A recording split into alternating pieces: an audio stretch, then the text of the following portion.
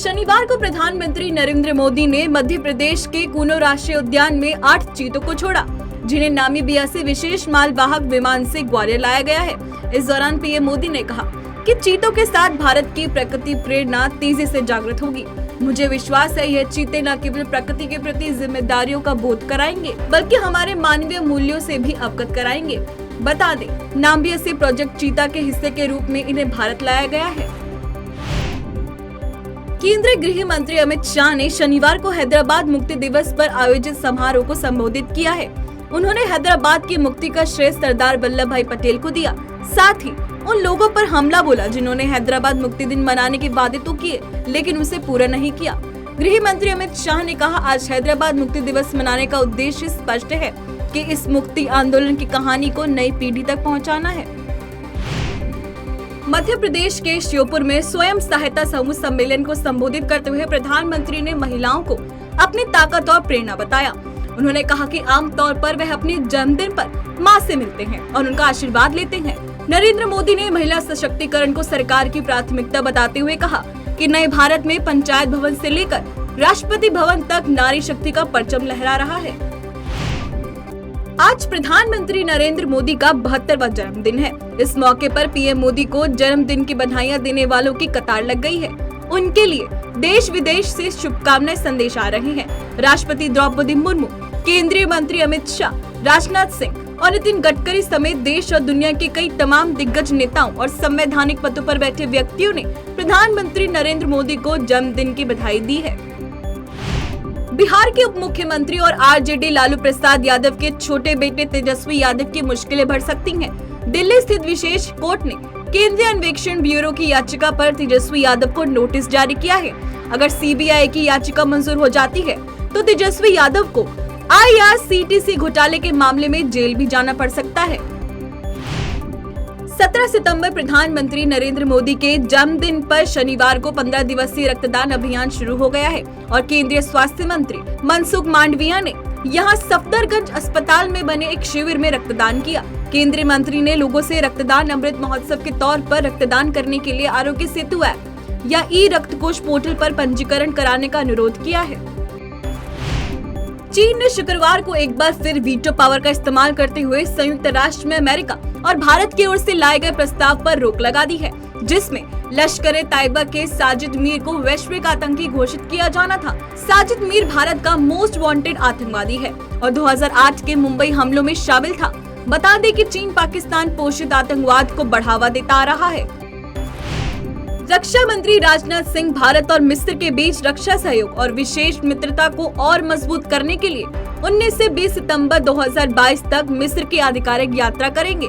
यात्रा के दौरान वे मिस्र के रक्षा उत्पादन मंत्री जनरल मोहम्मद जकी के साथ द्विपक्षीय वार्ता करेंगे। रक्षा क्षेत्र में मेक इन इंडिया को जल्द ही बड़ा बूस्ट मिलने वाला है। देश की सुरक्षा में इजाफा करने के लिए भारतीय वायुसेना 3 अक्टूबर को जोधपुर में भारत में निर्मित हल्के लड़ाकू हेलीकॉप्टर को अपने बेड़े में शामिल करने जा रही है। जल्द ही बेड़े में शामिल करने के समारोह का नेतृत्व रक्षा मंत्री राजनाथ सिंह करेंगे। उत्तर प्रदेश के वाराणसी शहर को शुक्रवार को शंघाई सहयोग संगठन की पहली सांस्कृतिक और पर्यटन राजधानी घोषित किया गया। SCO नेताओं ने वर्ष 2022 से 23 के लिए वाराणसी को समूह की पहली पर्यटन और सांस्कृतिक राजधानी के रूप में समर्थन दिया है।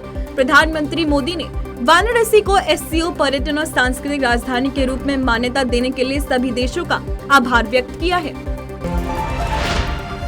जम्मू कश्मीर के उपराज्यपाल मनोज सिन्हा ने बड़ा फैसला लिया है। जम्मू कश्मीर में सभी दिव्यांगों को पेंशन योजना के दायरे में लाया गया है। पहले शारीरिक तथा मानसिक रूप से अस्वस्थ लोगों के लिए कोई प्रणाली नहीं थी।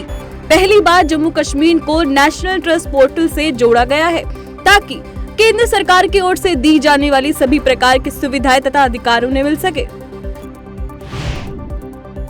औरैया के दिबियापुर में NTPC में जलाशय पर तैरने वाले 20 मेगावाट सोलर संयंत्र से बिजली का उत्पादन शुरू हो गया। संयंत्र से उत्पादित बिजली ग्रिड को आपूर्ति की गई है। इससे NTPC औरैया संयंत्र की अब कुल क्षमता बढ़कर 704 मेगावाट हो गई है। अधिकारियों का दावा है कि इससे व्यावसायिक क्षेत्र में सस्ती बिजली मुहैया होगी। आप विधायक अमानतुल्ला खान के बिजनेस पार्टनर हामिद अली को साउथ ईस्ट दिल्ली पुलिस ने आर्म्स एक्ट के तहत गिरफ्तार किया है। इससे पहले दिल्ली सरकार की भ्रष्टाचार निरोधक शाखा ने अमानतुल्ला खान के साथ हामिद अली के ठिकानों पर भी छापेमारी की थी। हामिद अली के घर से एक अवैध पिस्तौल, कुछ गोलियां और 12 लाख रुपए नकद बरामद हुए थे। हिमाचल प्रदेश ने कर्मचारियों को बड़ी सौगात दी है। दरअसल हिमाचल प्रदेश के लाखों कर्मचारियों को संशोधित वेतनमान के एरियर सितंबर के वेतन में नकद मिलेगा।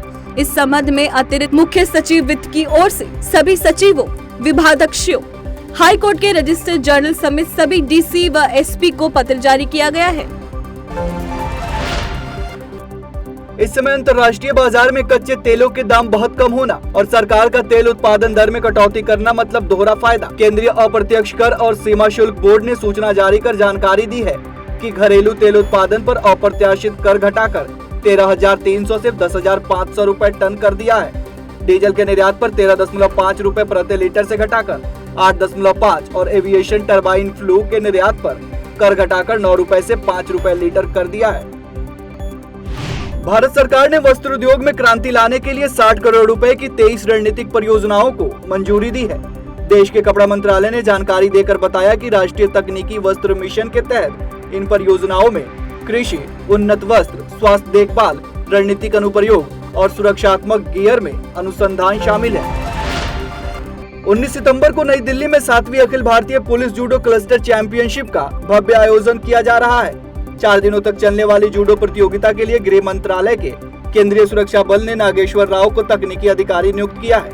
51 वर्षीय राव ने जापान में ग्रैंड मास्टर के तहत उन्नत प्रशिक्षण प्राप्त किया है और अप्रैल में बेंगलुरु में भारतीय खेल प्राधिकरण द्वारा आयोजित खेलो इंडिया यूनिवर्सिटी गेम में भी तकनीकी अधिकारी के रूप में भूमिका निभाई। देश की टीम आगामी T20 विश्व कप में नए रंग की जर्सी पहनकर मैदान में उतरेगी। भारत के रोमांचक खिलाड़ी हार्दिक पांड्या ने BCCI के ट्विटर हैंडल पर एक वीडियो अपलोड किया। इसमें नई जर्सी की झलक दिखाई दी। विश्व कप टूर्नामेंट का आयोजन 16 अक्टूबर से 13 नवंबर तक ऑस्ट्रेलिया में कई स्थानों पर होगा। अभी भारत की T20 वर्ल्ड कप जर्सी का